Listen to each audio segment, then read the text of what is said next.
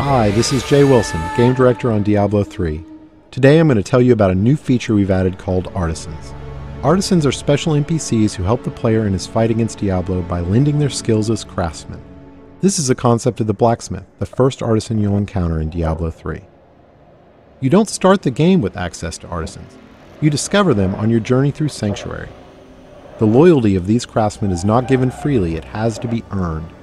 When you encounter them in the game, you'll have to gain their trust and loyalty by being the hero that we all know you are. Once you've gained their trust, they will follow you throughout your adventures, aiding you any way that they can.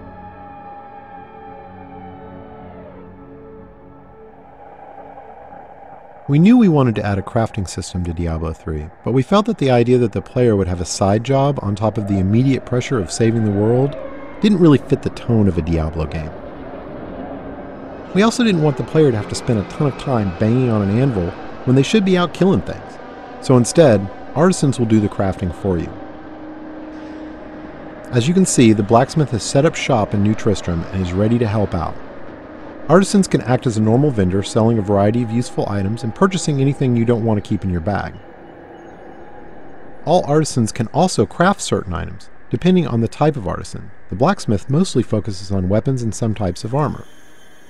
On top of that, all artisans have special abilities unique to them. The blacksmith can repair items, but most importantly, he can add gem sockets to some item types that do not already have sockets, regardless of the quality of the item. In addition, all artisans have training options so you can upgrade them and talk options for that all-important gossip about what's happening in the world of Sanctuary. Let's talk about crafting first. Crafted items are meant to be an alternate way for the player to acquire items. Artisans learn recipes for items as they level up, but some of the best recipes are found in the game world as drops off of monsters. Once an artisan has learned a recipe, he can craft it as long as you provide the materials and some gold to cover his expenses. In keeping with Diablo tradition, we didn't want a crafting system that produced completely predictable items, so most items your artisan creates will have a series of set and random properties. Here we see a few items that have some set, but mostly random properties. These could be good for any class depending on what properties they produce.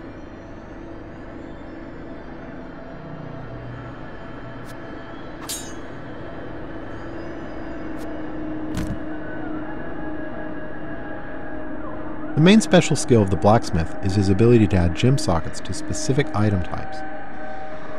This is regardless of quality of the item, so a rare or legendary weapon could have sockets added to it.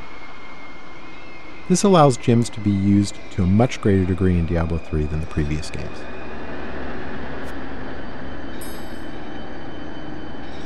To craft items you need materials. Materials are acquired primarily through salvaging.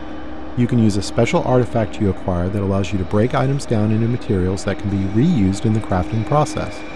This has a couple of advantages.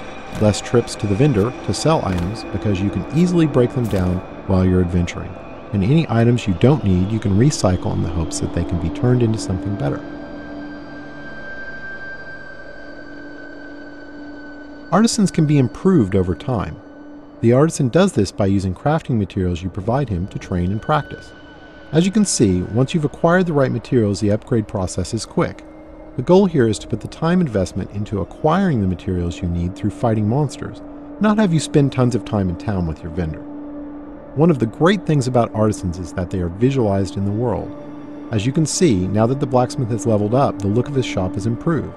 Here's an example of how much a single artisan can improve throughout the game with this fully upgraded blacksmith. Once you're done dealing with your artisan, you're free to take your newly acquired fat loot and return to monster fighting and rainbow viewing.